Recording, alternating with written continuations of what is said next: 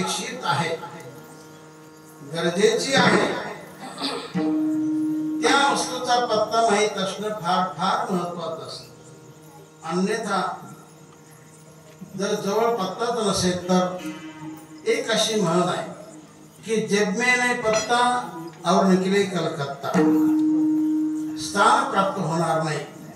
तर ज्याचं अज्ञान जगाला असतं त्याचं ज्ञान करून हे संतांचं काम असतं।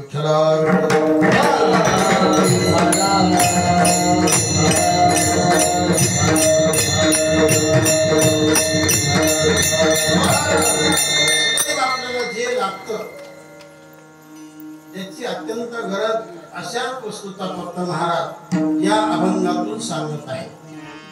तेव्हा अभंग संतपर आहे। तुकाराम महाराजांच्या गाथ्यामध्ये 4000च्या पुढे अभंग आहेत। त्यामध्ये बरेच प्रकरण आहेत।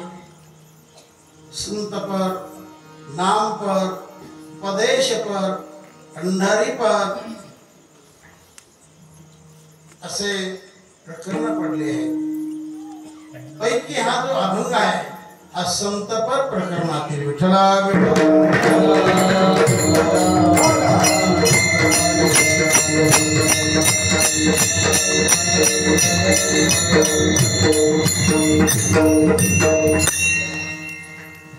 तेव्हा सर्व जीवांचा जर आपण विचार केला तर सर्व जीवांची धडपड केवळ आपल्या जीवनामध्ये जे हवं ते सुख मिळावं, जे नको ते दुःख जीवनातून जावं। पण दुर्दैव असं की जे हवं ते सुख मिळत नाही, जे नको ते दुःख जीवनातून टळत नाही। दुःख का टळत नाही, सुख का मिळत नाही? जिथं सुख तिथं आपण प्रयत्न करत नाही आणि जिथं खरंच दुःख आहे तिथं प्रयत्न केल्याशिवाय राहत नाही। विठ्ठला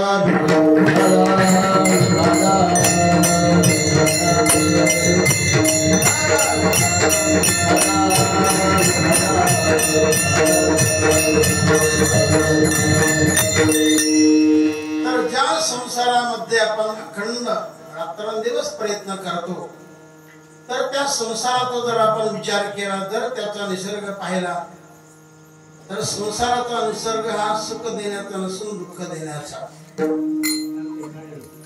संसार म्हटलं की दुःखच असणार।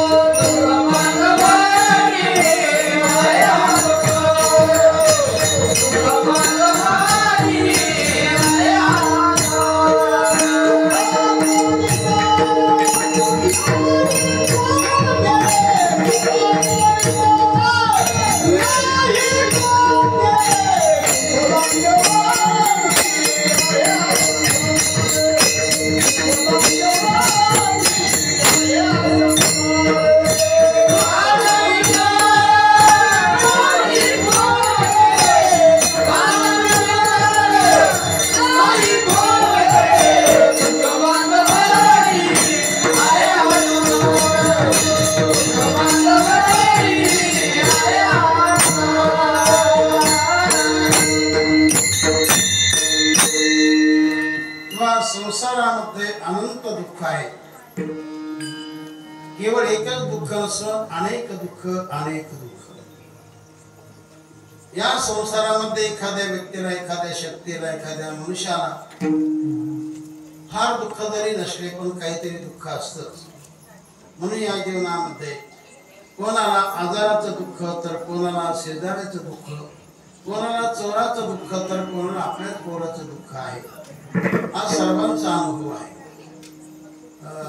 तर याचं कारण संसार आहे। संसारामध्ये किती प्रयत्न करा, जिथं सुख नाही मिळत तिथं दुःखच मिळतं। विठ्ठला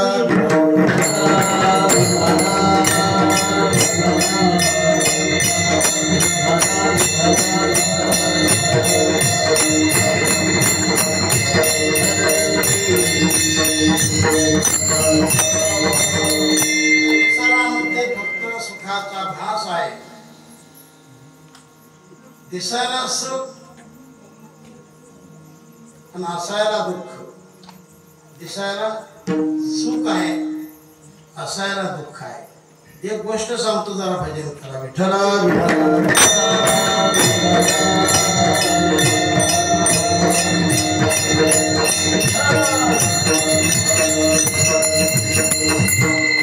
एका माणसाने एका गावाचं नाव असं ऐकलं की भूतगाव.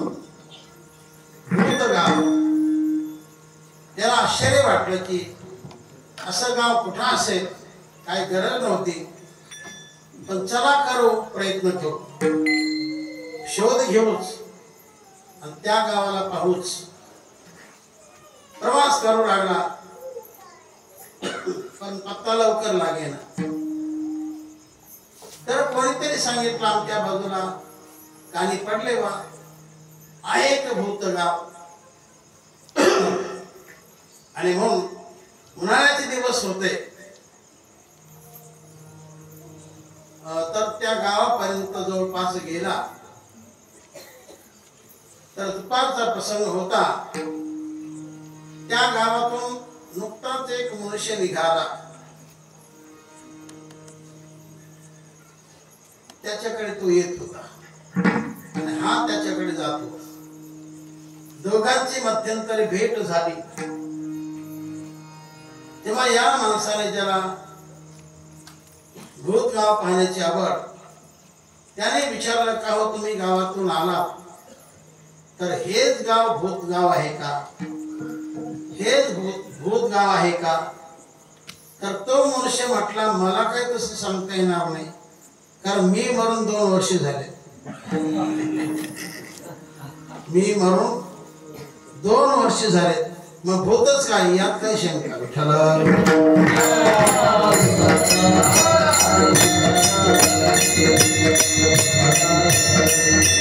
तो माणूस दिसायला माणूस होता, पण असायला भूत.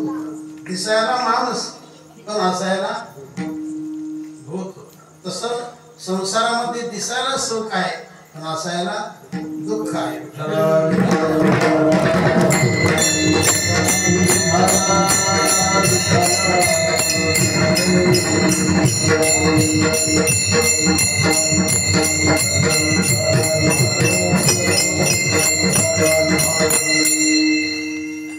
तर अशा दुःखरूप संसारामध्ये आपण किती प्रयत्न केले तरी ज्याला खरं आणि बरं सुख म्हणतात ते कसं मिळणार? असे अनेक संतांचे प्रमाण आहेत की दुःख बांधावडे, सुख नाही कुठे, संसार सागरोगा, संसार दुःखमूळ वगैरे असे अनेक प्रमाण आहेत. मग सुख नाहीच का? सुख नाहीच का? आहे. आहे म्हणून लोक संसार करतात, पण त्याचं प्रमाण फारच कमी. विठ्ठल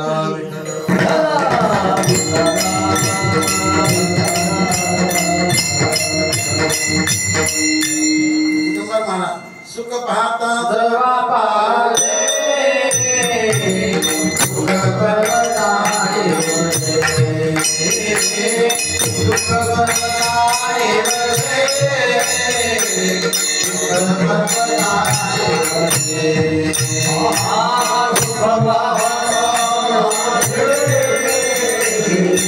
पर्वताए वसे, सुख पर्वताए वसे,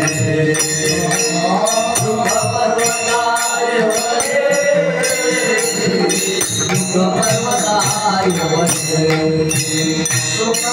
पाले, सुख पाले, सुख पर्वताए वसे, सुख पर्वताए वसे, सुख पर्वताए तर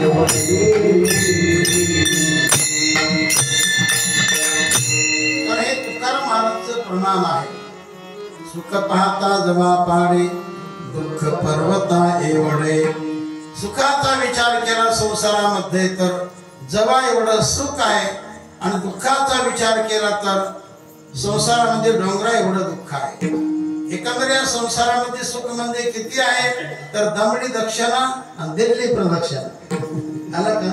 म्हणजे दुःखच फार सुख फारच कमी. विठ्ठल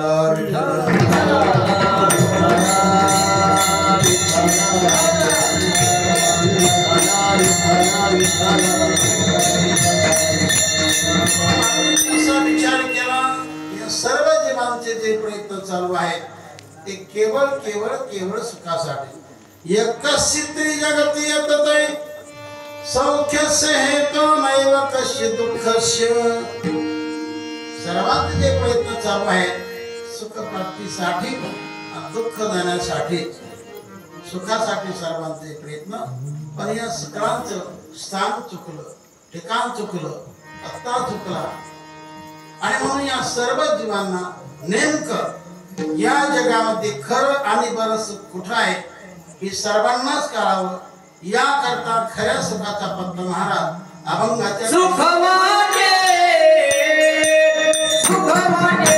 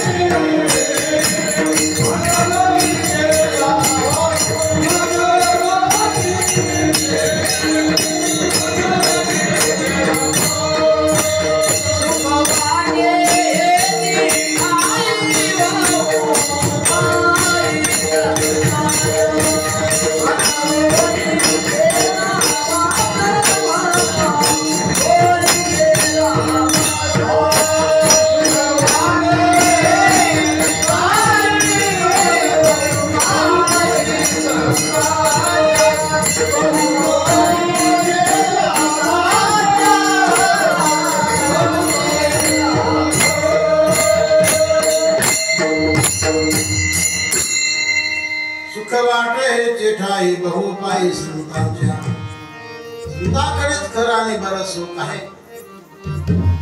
इतरत्र सुख नाही आहे ते फक्त दिसायला सुख पण असायला दुःख आहे. सुख एक हे जेठाई सकारात्मक तुकाराम महाराज बोलतात. तुकाराम महाराजच्या अभंगात फार मानपान आहे. इतरही संतांचे अभंग तुकाराम महाराजचे अभंग पण महाराजांना एक नंबरचं स्थान आहे. अभंग म्हणजे अभंग, ज्याला नाही भंग त्याला म्हणतात अभंग.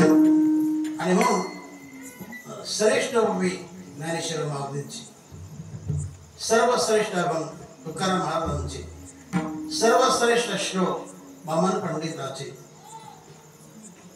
असं चिंतन आहे. सुश्लोक वामनाचा सुश्लोक वामनाचा आर्या मूळ पंताचे ओवी ज्ञानेशाचे अभंगवाणी प्रसिद्ध तुकयाचे. सर्वश्रेष्ठ अभंग तुकाराम महाराजांचे त्या अभंगाला तोड नाही जोड नाही. ओवीचा विचार केला तर माऊलींची ओवी म्हणजे ओवीच आहे. त्या ओव्याला देखील तोड नाही जोड नाही. विठ्ठला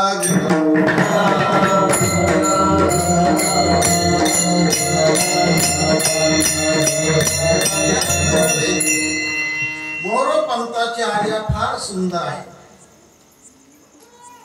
मोरोपंताने जी काही रचना केली त्या रचनेला आर्या असं म्हटलेलं आहे. तुकाराम महाराजांनी जी काही रचना केली त्याला अभंग असं म्हटलेलं आहे. ज्ञानेश्वर माऊलींनी जी काही रचना केली त्याला गोबी असं म्हटलेलं आहे. तर मोरोपंताची आर्या फार सुंदर. एक सांगतो तीर्थाची कधी गेला पावलान तयाशी तुहारी कधी पावलान जयाच्या गाठी कधी पावलान हानित भार्या तया पावलान. तीर्थाशी कधी गेला पावलान तर जो मनुष्य या जीवनाला प्राप्त होऊन एकदाही तीर्थयात्रा करत नसेल, देवाकडे संताकडे जात नसेल तर त्याला भगवान परमात्मा पावन होत नाही. तीर्थाशी कधी गेला पावलान म्हणजे पावलान दयाशी तुहारी कधी पावलान पावन होत नाही. दयाच्या गाठी कधी पावलान हानित भार्या तया पावलान. अगदी स्पष्ट अर्थ आहे. ज्याच्या गाठीत ज्याच्या खिशात पैसा अडका नसतो, ज्याच्याजवळ पैसा अडका नसतो त्याची पत्नी त्याला काय करते हानित भार्या दया पावलान म्हणजे चपलान. विठ्ठल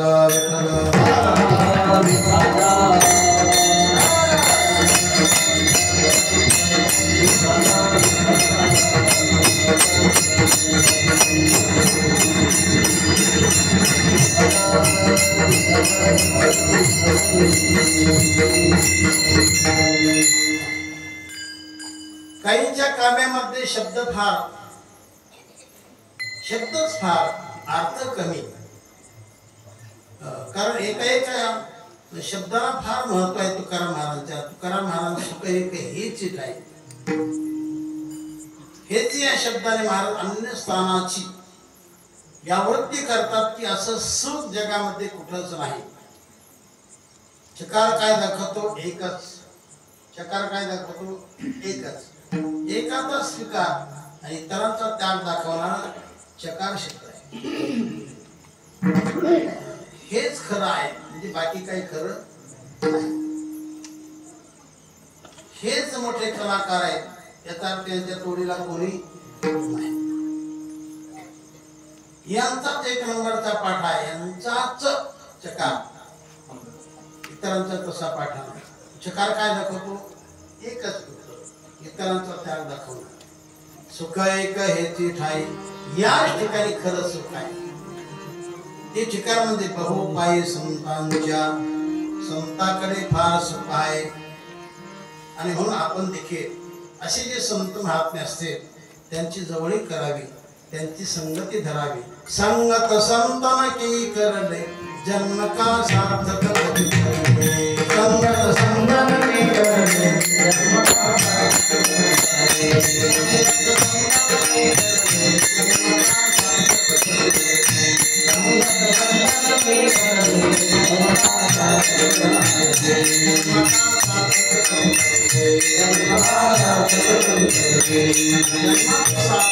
संतांची संगती धरून भलत्याची संगती करू नका. दुःख विकत घेऊ नका. संगती चांगल्याची करा. जशी संगत तशी पंगत, जशी संगत तशी पंगत. ढवळ्या शेजारी पवळा बांधाला वांग नाही पण गुण लागला. संगती फार महत्वाची. विठ्ठला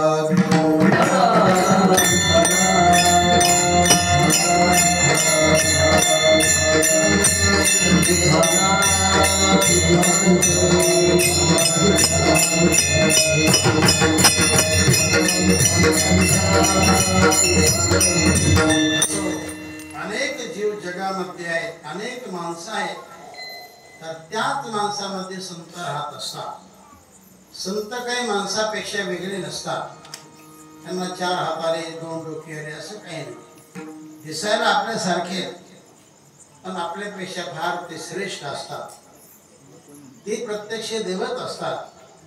आणि देव अवतीर्ण होत असतो म्हणून एवढं कार्य त्यांच्याकडून होत असतं. भाऊ म्हणा, बाबा म्हणा, हे सामान्य माणसं नव्हते, हे अवतारिक होते म्हणून त्यांना एवढं कार्य करतात. विठ्ठला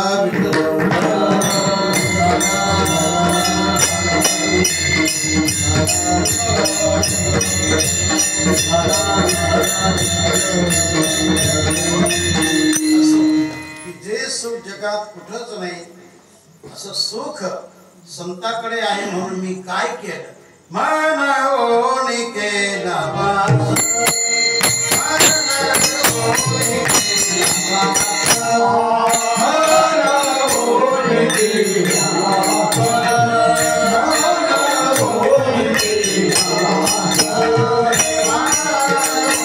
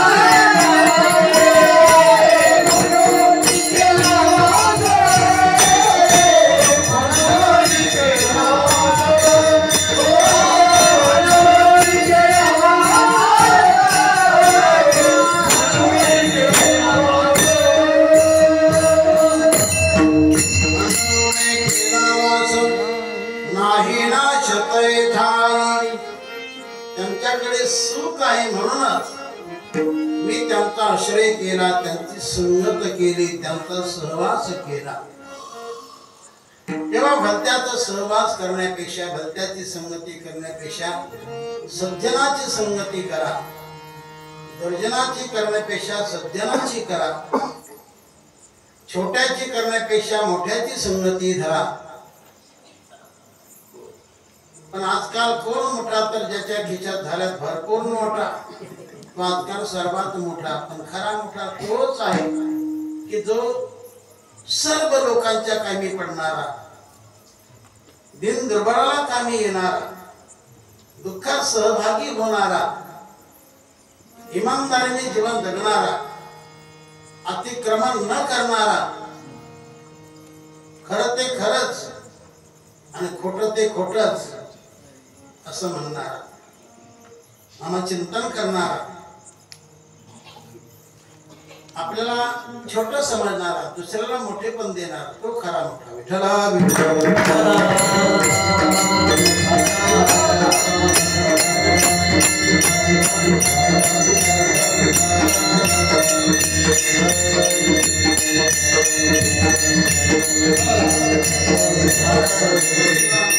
हे मोठं जीवन आहे की ज्या जीवनाचं चिंतन केलं तरी पुण्य लागणार. चिंतन केलं, नाम घेतलं तरी पुण्यवंत व्हावे. येता सज्जनाची नावे, येता सज्जनाची नावे, येता सज्जनाची नावे. सज्जनाचं नाव घेतलं तर पुण्य लागतं, संताचं नाव घेतलं तर पुण्यही लागतं आणि पापही जातं. इतराचं नाव किती घेतलं तर पुण्य मिळत नाही आणि केलेलं पाप जात नाही.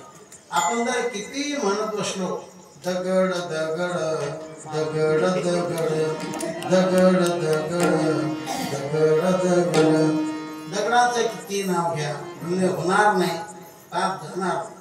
तुम्ही किती म्हणत बसा रात्रभर माती माती माती माती माती माती माती माती माती माती माती माती, बरं तुमची माती होईल पण तुम्हाला पुण्य लागणार नाही. विठ्ठला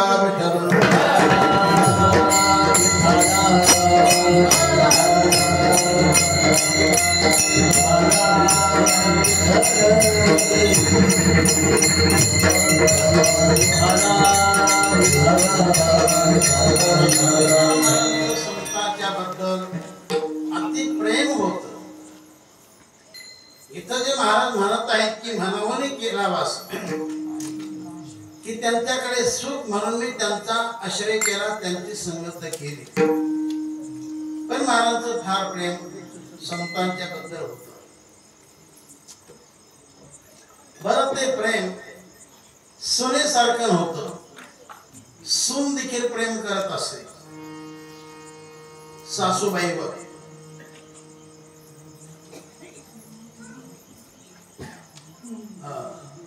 एखादी सासूबाई मरू नये पण समजा मी तर मेल्यानंतर बरेच लोक रडत असतात. मुलगीही रडते, मुलगाही रडतो, सूनही रडते. तर मुलगी जी रडते ती बिंबीच्या देठापासून, मुलगाही रडतो तो देखील अंतरापासून, हृदयापासून, आणि सूनही रडते ती अगदी गळ्यापासून. सासू रे सुना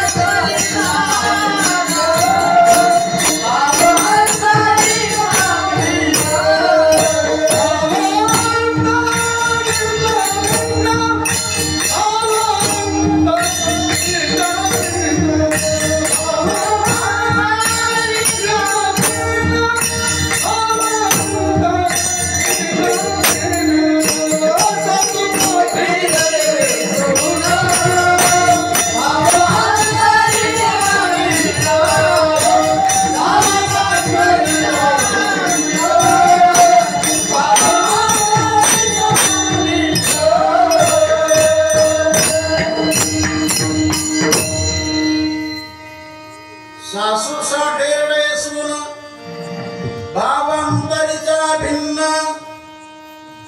सासू मेल्यानंतर सून रडत असते आणि रडताना म्हणत असते बरं झालं ना. बरोबर नव्हे मनात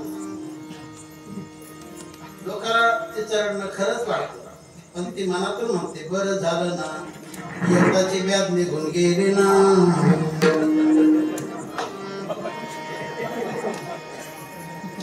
एका गावामध्ये फार मोठे कुटुंब होत. तर एक म्हातारी, तिला 4 सुना होत्या. तो काय आताचा काळ नव्हता, 4 सुना तिला. तर शेवटी म्हातारी मरण पावली.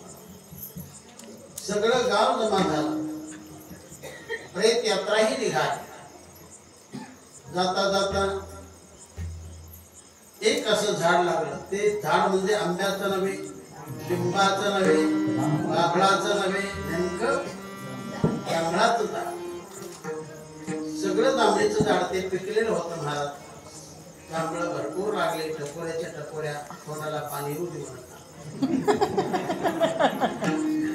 तेव्हा त्या झाडाखालून ही यात्रा जाऊ लागली. कोणती यात्रा? प्रेत यात्रा. तर काही सोनाच्या वारा घालू लागल्या. 2-4 सोना होत्या, वारा घालू लागल्या.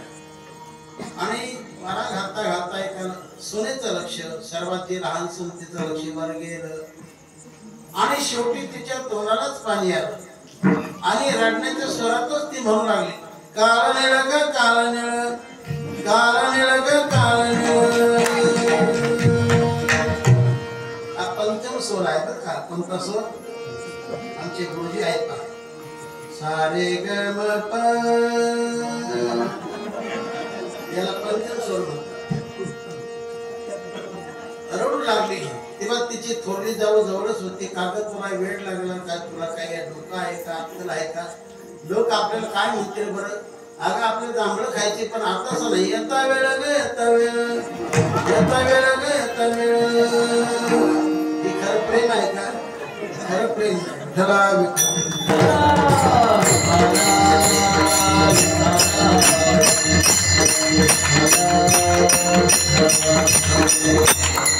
प्रेम खरे दिसे जना भिन्न अंतरी भावना.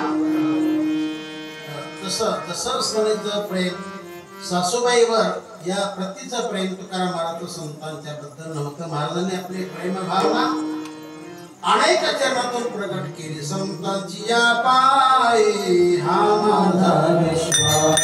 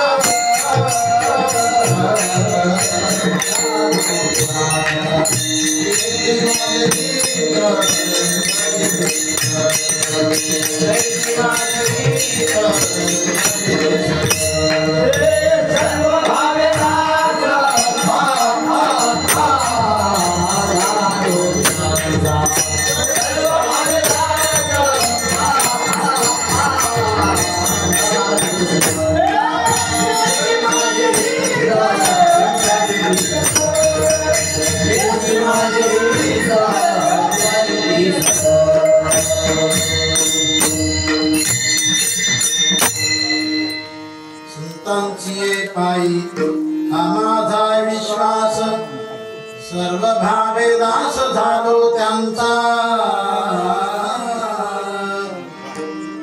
अशी प्रेम भावना महाराजांनी अनेक चरणातून प्रकट केलेली आहे.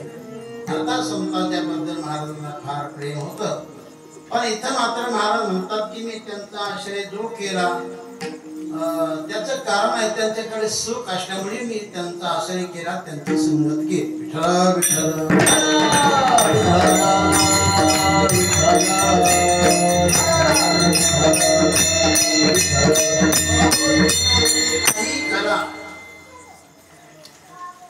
या सर्वांचं सार म्हणजे सुख आहे. तुम्ही शेती करा, शेतीचं सार म्हणजे सुख. व्यापार करा, व्यापाराचं सार म्हणजे सुख.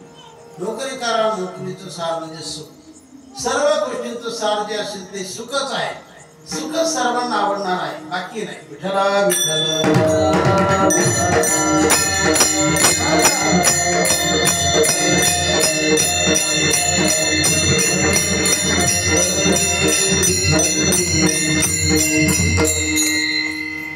पत्नी जरी असली तिच्यापासून सुखच मिळावं, मुलगा जरी असला त्याच्यापासून सुखच मिळावं, मित्र जरी असला त्याच्यापासून सुखच मिळावं, कोणी असो त्यांच्यापासून सुखच मिळावं. सुख जीवनाचं खरं सार आहे. तर असं जे सुख परमसुख आहे, खरं सुख आहे, खरं सुख आहे, ही संताकडे आहे. म्हणावून केला वास नाही नाशते ठाई. आता नाशाची भीती नाही, कारण संत महात्मे भीती नष्ट करतात, जीवाला खरा लाभ प्राप्त करून देतात, जीवाला अविनाशी तत्वाला प्राप्त करून देतात. आणि म्हणूनच जे आपल्याला खरं सुख देतात त्यांची संगती करावी.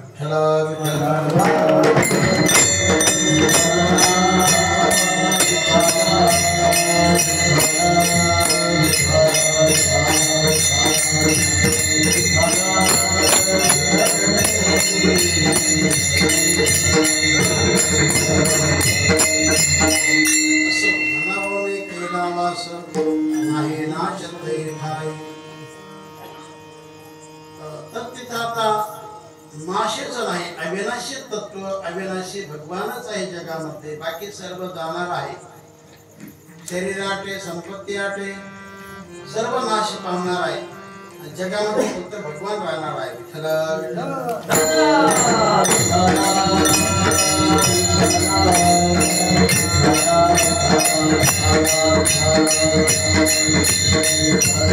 बाकी गोष्टीला विनाश आहे, नाश आहे, पण भगवंताला नाश नाही, विनाश नाही.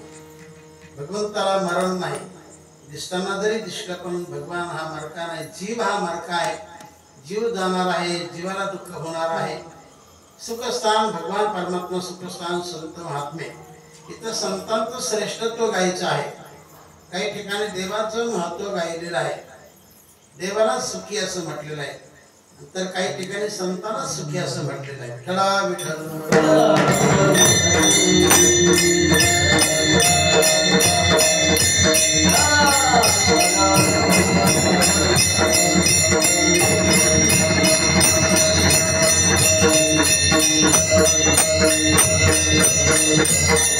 संत जर आपल्या जीवनामध्ये प्राप्त झाले, त्यांचा सहभाग घडला, त्यांची सेवा झाली, तर ते संत आपल्याला आपणासारखे करतील नाही काल वेळ आपल्यासारखं संत महात्मे करून ठेवतात.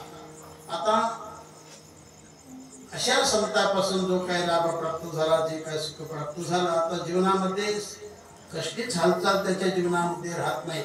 असं या सुंदर गोष्टीचं चिंतन महाराज अभंगाच्या 3ऱ्या चरणात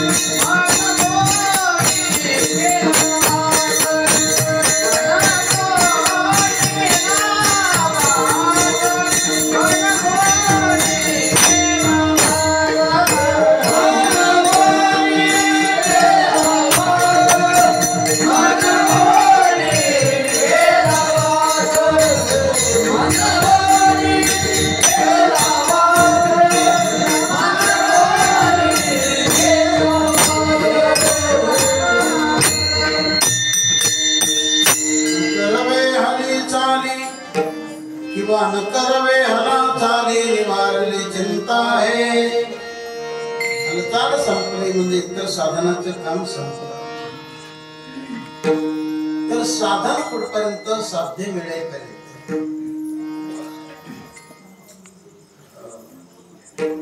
साधन वेगळं, साध्य वेगळं. साध्यासाठी साधन लागतं. तर ते साधन साध्यापर्यंत म्हणजे सुख प्राप्तीपर्यंत आहे. साध्य म्हणजे सुख आहे. असे संत जीवनामध्ये त्या जीवाला खरं साध्य म्हणजे परमात्मा प्राप्ती करून देतात, खरं सुख मिळवून देतात. न करावे हरी चाली, सुख मिळाल्यामुळे आता हालचाल संपली. निवारली चिंता आहे. चिंता निवारली, वारली शब्दाचा अर्थ आपण काय करतो? वारली म्हणजे मेली. मेली म्हणजे गेलेली नाही आणि गेली म्हणजे मेली नाही. मेलेली चिंता वेगळी, गेलेली चिंता वेगळी. तर मी असा प्रश्न करतो की आपल्या जीवनातून चिंता गेलेली असते का मेलेली असते? आपल्या जीवनातून चिंता गेलेली असते का मेलेली असते? फार सोपं उत्तर आहे. आपल्या जीवनातून चिंता ही गेलेली असते, म्हणून पुन्हा आल्याशिवाय राहत नाही. आणि संतांच्या जीवनामध्ये चिंता मेलेली असल्यामुळे त्यांच्या जीवनामध्ये पुन्हा येतच नाही. असं प्रमाण आहे ना. विठ्ठला विठ्ठला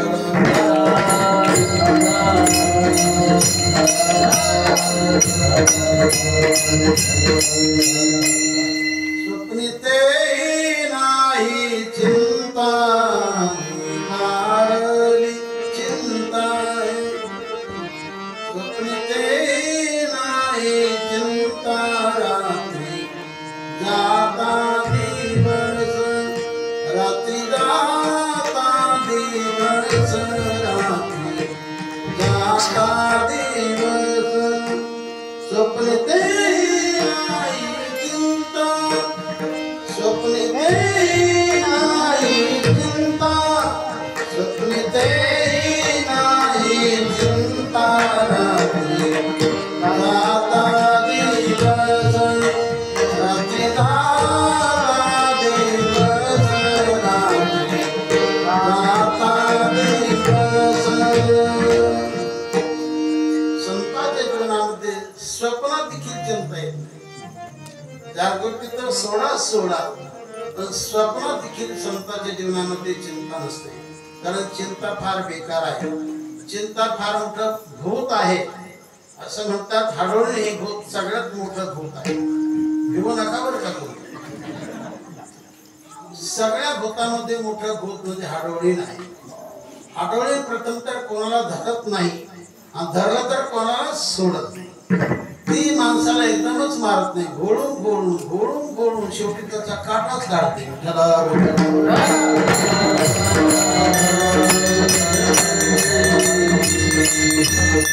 पूर्वीच्या काळामध्ये होत, आता ते सगळे भूत मरून गेले, पळून गेले, ते राहिलेच नाही. प्रत्येक गावामध्ये रामनाम चिंतन होतं, भजन पूजन होतं, नाम सप्ताह चालू. पूर्वीच्या काळामध्ये सप्ताह जास्त नव्हते, क्वचित एखाद्या गावामध्ये सप्ताह. आता सर्वत्र नामचिंतन चालल्यामुळे पडे भूत बाधा. भूत आहे नाही असं नाही, असं समजू नका की भूत नाही, पण ते आता पळून गेले. तसं भूत बेकारच आहे. भूत कोण होता?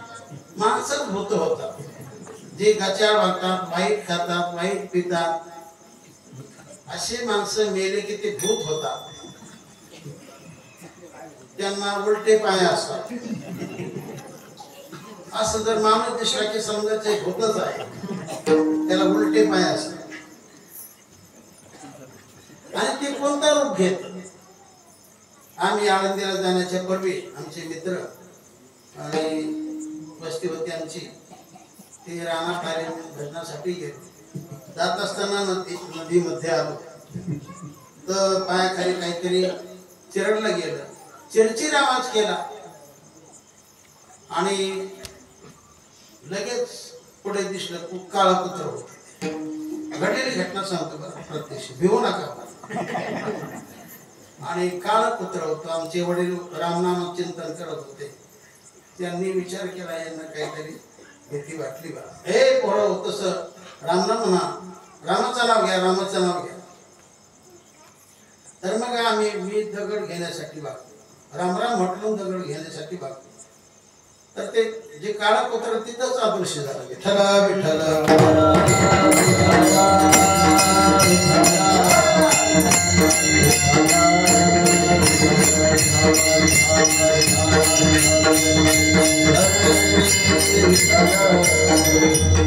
जेव्हा भूतामध्ये आपलेच लोक असतात, पण त्यांना काय भ्यायचं.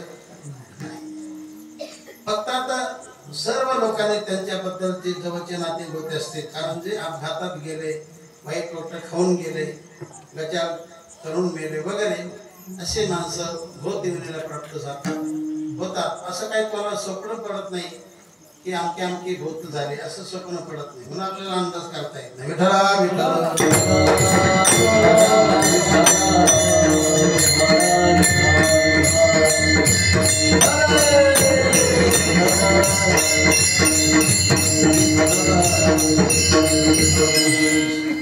भूत योनी आहे. पण जीवनामध्ये चिंतन देवाचं असावं, मग त्याला कोणतीच व्यथा होणार नाही, भूताची बाधा होणार नाही. विश्वास असावा, श्रद्धा असावी.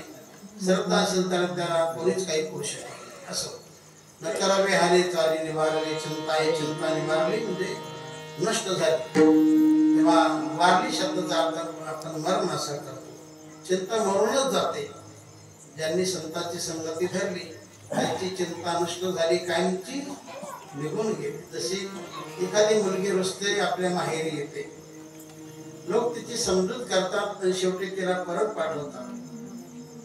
पण एखादी मेलेली गंगूबाई ती परत जाऊ शकते का? जशी रंगूबाई पुन्हा जाऊ शकते समजूत केल्यानंतर, तशी गंगूबाई जाते का? मेलेली चिंता वेगळी आहे, गेलेली चिंता वेगळी आहे. गेलेली चिंता म्हणजे तुमचं जीवन आणि मेलेली चिंता म्हणजे संताचं जीवन. विठ्ठला विठ्ठल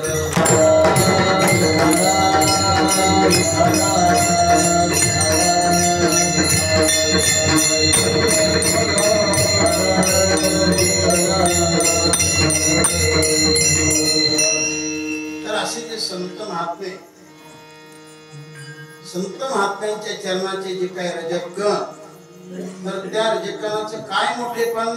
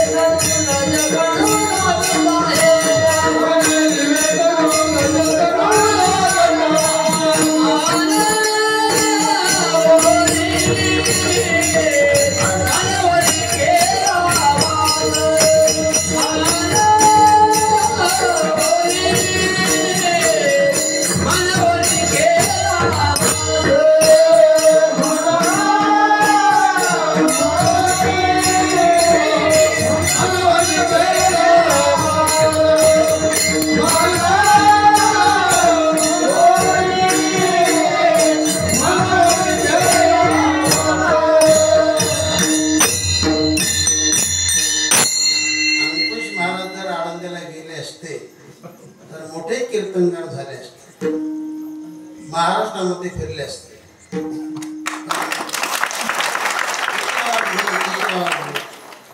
की ज्याला नाही तोड असा आवाज असं तुमचं गाव सगळंच गुणी आहे. आणि आपले सुरेश साहेब काय कमी नाही बरं का, त्यांचा देखील आवाज आपलं सगळंच भजनी मंडळ चांगलं आहे. पण आता थकलं गेलंय, जरा गाड्या थकल्या गेल्या थोडेफार आहेत, त्यामध्ये आमचे अंकुश महाराज आहेत, इतर काही असते. विठ्ठला विठ्ठल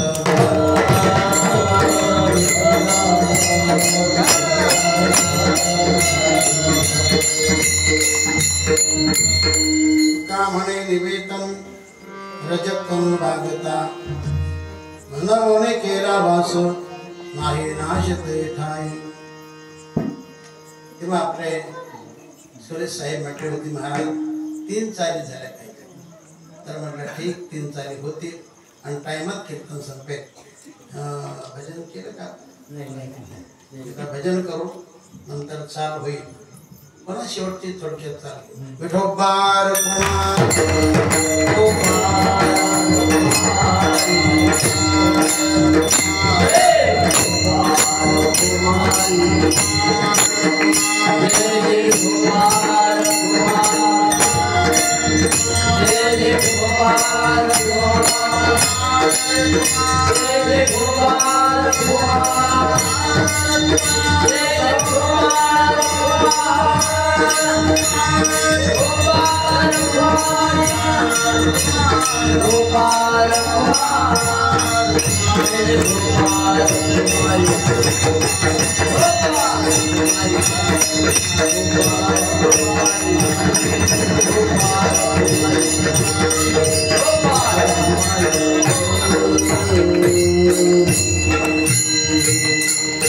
दिगंबर महाराज पुढे चाल म्हणतील, अंकुश महाराज मागे चाल.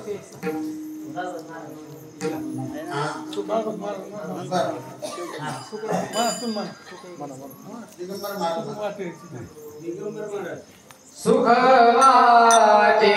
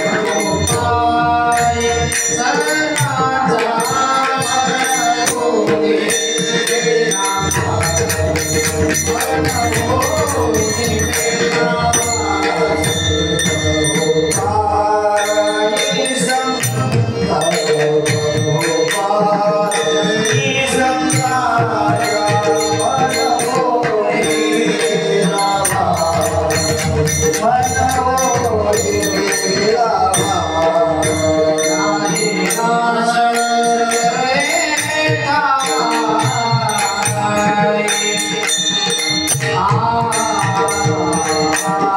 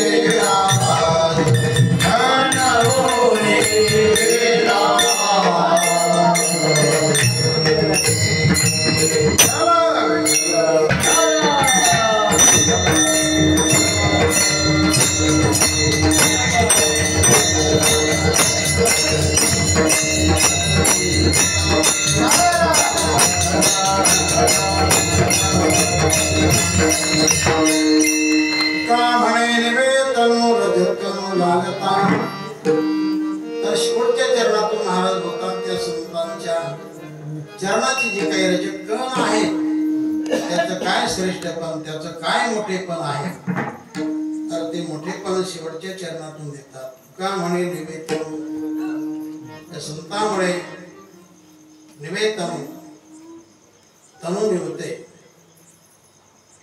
तर तनुनाम शरीर आहे. आपलं शरीर हे तापलेलं आहे 3 प्रकारच्या तापाने. आध्यात्मिक, अधिभौतिक, अधिदैविक असे 3 ताप आहेत. आध्यात्मिक ताप मध्ये शरीरामध्ये रोग पीडा निर्माण होणं आध्यात्मिक ताप झाला. अधिभौतिक ताप मध्ये माणसापासून जो त्रास होतो तो अधिभौतिक ताप असतो. जो भूतापासून, अग्नीपासून, वाऱ्यापासून, उन्हापासून वगैरे वगैरे असा जो त्रास असतो तर तो अधिदैविक ताप असतो. तर संत कृपा झाली तर हे 3 प्रकारचे ताप नष्ट होतात. खऱ्या संताची भेट झाली तर विठ्ठला विठ्ठल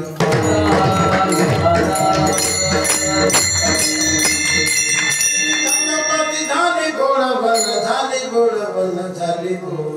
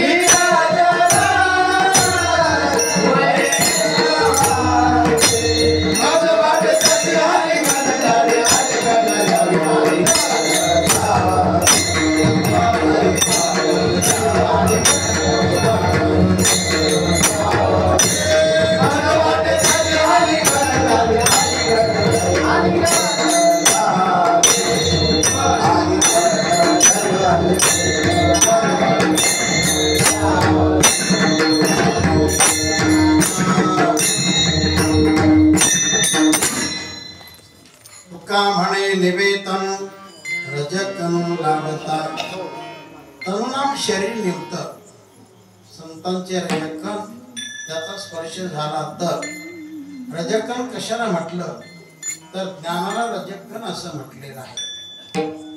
संताकडे ज्ञान असतं आणि जीवाकडे अज्ञान असतं. अज्ञान हे दुःखाला कारण होत असतं आणि ज्ञान हे सुखाला कारण होत असतं. विठ्ठला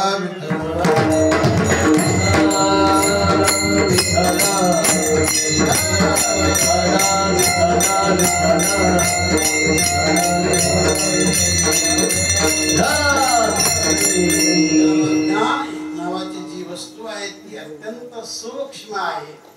अत्यंत सूक्ष्म.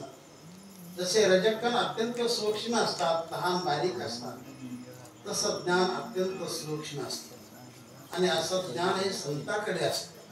ते ज्ञानाचा पुरवठा तेथ सेवादार बनून संताकडे म्हणा गुरुकडे ज्ञान असते. गुरु तेथ ज्ञान आणि जीव तिथं अज्ञान.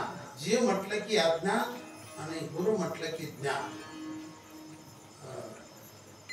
तेव्हा ज्ञान हे अत्यंत सूक्ष्म, अत्यंत पातळ. जल से पतला कौन है, कौन भूमि से भारी, कौन गण से तेज है और कौन कादल से कारी. चार प्रश्न केलेले आहेत. जल से पतला कौन है, कौन भूमि से भारी. पाण्यापेक्षा अत्यंत पातळ वस्तू कोणती? अग्नीपेक्षा तेजवान वस्तू कोणती? कादळापेक्षा काळी वस्तू? असे प्रश्न आहेत. जल से पतला कौन है, कौन भूमि से भारी. आणि या पृथ्वीपेक्षा जलभारी वस्तू जगामध्ये काय आहे, कोणती आहे? जल से पतला कौन है, कौन भूमि से भारी, कौन गण से तेज है और कौन कादर से कारी. कादळापेक्षा काळी वस्तू कोणती? अग्नीपेक्षा तेजवान वस्तू कोणती? पृथ्वीपेक्षा जलभारी वस्तू कोणती? पाण्यापेक्षा पातळ वस्तू कोणती? तर त्या चारही प्रश्नाला असं उत्तर दिलेलं आहे. ऐकून घ्या. जल से पतला, जल से पतला ज्ञान है और पाप भूमि से भारी, क्रोधागन से तेज है और कलंक कादर से कारी. कादळापेक्षा काळी वस्तू जगामध्ये कलंक आहे. म्हणून माणसाला काय नसावा? कलंक नसावा. माणसाला कोणता डाग नसावा. कलंक फार मोठा कलंक आहे. डाग नसावा. माणसाचं वागणं चांगलं असावं. चांगलं वागणं होईल अशी देवाला प्रार्थना देखील करावी. आपल्याकडून चांगलं करणं घडावं अशी देवाला विनंती देखील करावी. आणि म्हणून आपलं तन चांगलं ठेवा, आपलं मन चांगलं ठेवा, आपली दृष्टी चांगली ठेवा, आपलं शरीर चांगलं ठेवा. त्याला शुद्ध आचरण म्हणतात. शुद्ध आचरण असेल तर भगवान देखील त्या ठिकाणी जिथं संतांचं आचरण तिथं देव नतमस्तक होतो. जीवाला हे शक्यतो होत नसतो. आणि ज्याला होत असेल तो जीव नसतो, तो संत असतो. विठ्ठला विठ्ठल.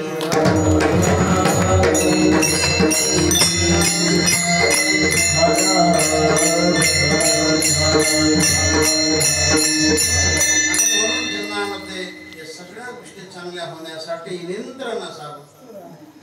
जीवनाला ताळा असावा. कामही ताळा नाही त्याची अवकाळ. अवकाळा कोणाची होती? त्याच्या जीवनामध्ये ताळाच नाही त्याची.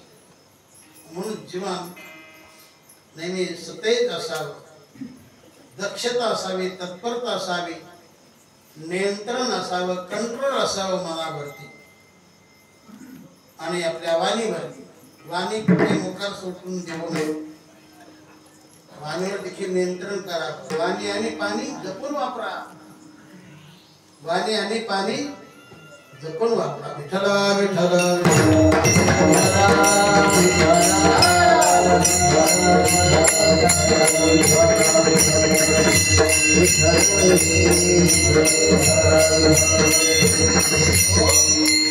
तेव्हा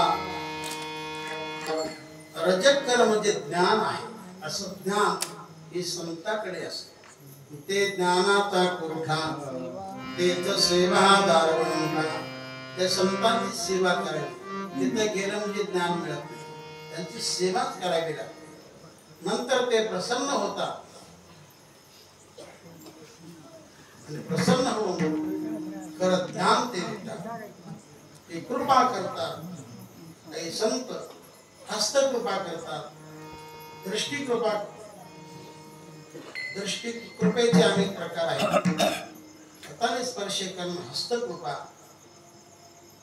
दृष्टीने आपुलकीने पाहणं ही दृष्टी कृपा असते. हात ठेवेला मस्तकी प्रसाद देऊन केलेच. त्याच्याकडे तपाचं बळ आहे, आचरणाचं बळ आहे. ज्याच्या वाणीत शक्ती, ज्याच्या हातात शक्ती, ज्याच्या नेत्रात शक्ती, तोच कृपा देऊ शकतो, तोच आशीर्वाद देऊ शकतो. म्हणून संताकडे आशीर्वादाचं बळ असतं. म्हणते आशीर्वाद म्हणते आशीर्वाद जाईल तो छडी नरकामध्ये, नरकामध्ये, नरकामध्ये जाईल तो छडी नरकामध्ये, नरकामध्ये, नरकामध्ये. प्रभू झाला धरी संसाराचा, प्रभू झाला धरी संसाराचा. का म्हणे ते हे आशीर्वाद इकडे. संताकडे काही फार भोग नसतात, फार विषय नसतात, फार संपत्ती नसते, फार पैसा नसतो. खऱ्या संताकडे खरे संत संग्रह करतच नाही. आणि काही संताकडे संग्रह जरी असतो तर तो लोकांसाठीच असतो, लोकांना देण्यासाठी, दान धर्म करण्यासाठीच असतो. काही नुसतं बांधूच ठेवतात, वर काढतच नाही. विठ्ठल विठ्ठल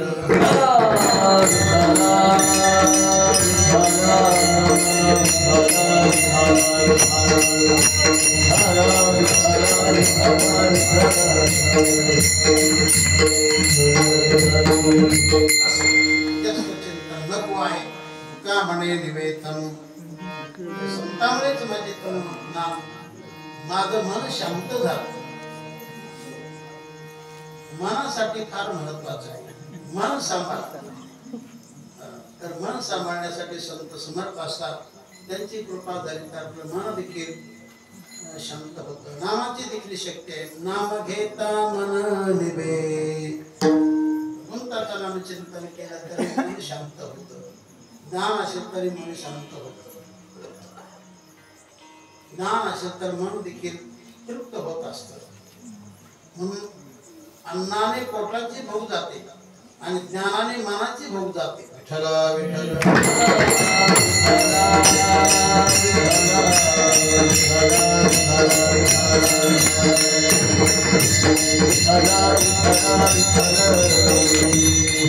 का म्हणे निवेदन.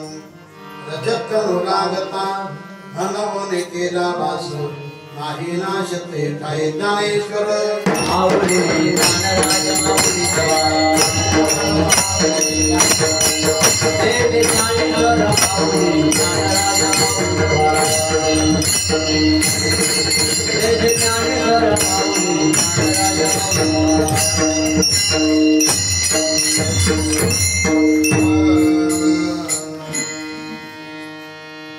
परमात्म्यातील सर्वांनी सहभागी व्हा आणि आपलं गाव पुण्य संपन्न करा. पुण्य संपन्न असेल तर गावात ग्रहदशा गावाची चांगली राहते, जीवनाची दशा चांगली राहते. ज्या जीवनामध्ये आशा त्याला मिळते चांगली दिशा. ज्या जीवनामध्ये गलत त्याची पुढे होती हालत. म्हणून कधी तत्पर असावं माणसाने ज्ञान घेऊन जीवन जगावं. आपणही जगावं चांगलं जगावून दुसरे देखील चांगलं जगू द्यावं. हे देखील फार महत्वाचं आहे. सर्वांना घेऊन चालावं. जसे आपण इतरांना करावं. याला परमार्थ म्हणतात. त्यातून देव संतुष्ट होतो. लक्ष्मी प्रसन्न राहत असते. देवाला धरलं तर लक्ष्मी येते. देवाला सोडलं तर लक्ष्मी जाते. कधी देवाला धरून लक्ष्मी आहे. त्याला स्वतंत्र राहणं तिच्या बरोबर भगवान आला पाहिजे. मग लक्ष्मी स्थिर राहते. ती टोक करत नाही. मग कुठं जात नाही. ती जातच नाही. जिथं देव तिथं धरून राहते. तेव्हा लक्ष्मी म्हणजे श्रीमंती. श्रीमंती काहीकडे आहे पण त्रास देऊन राहते. कष्टाची संपत्ती चांगली असते. कष्टाची संपत्ती जीवाला सुख देते. फुकटची लक्ष्मी त्रास करत राहते. आपण जर किती शहाणे असलो पण भगवान कोणत्यापेक्षा शहाणा आहे. आणि म्हणून कोणाची लांडी लबाडी नको. कोणाला त्रास करून धन संपत्ती घेणं नको. चांगलं वागा, चांगलं खा, चांगलं प्या, तुमचं चांगलं होईल. हाच विचार आमचे वडील द्यायचे ना. असं गावात सांगायचे चांगलं राहा, चांगलं वागा, चांगलं खा.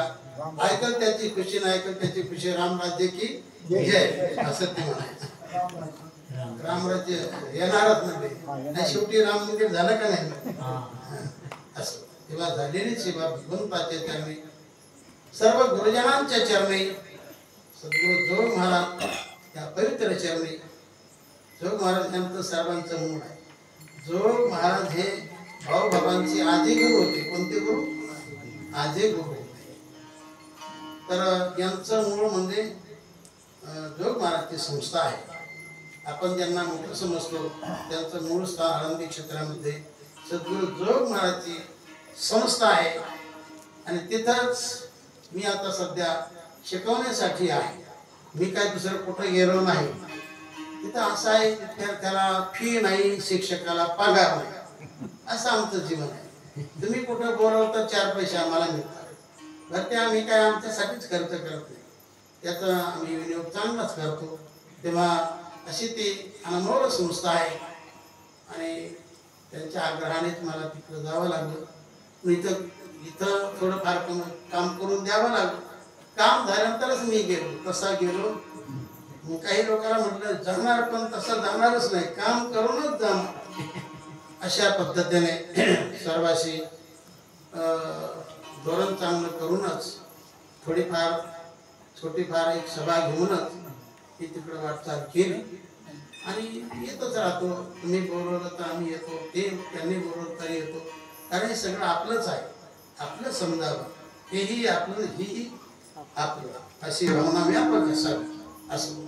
तेव्हा ही झालेली सेवा भगवंताच्या चरणी, सकल साधू संतांच्या चरणी, आमच्या सर्व गुरुजनांच्या चरणी, तथा आपल्या भागातील जे प्रत्यक्ष देवच मानतो असे भाऊबाबा यांच्या पवित्र चरणी आणि नामदेव महाराज महान तपस्वी यांच्या चरणी देखील सेवा अर्पण करतो.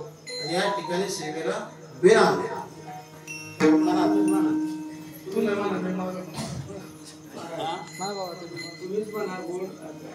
नवनाथ महाराज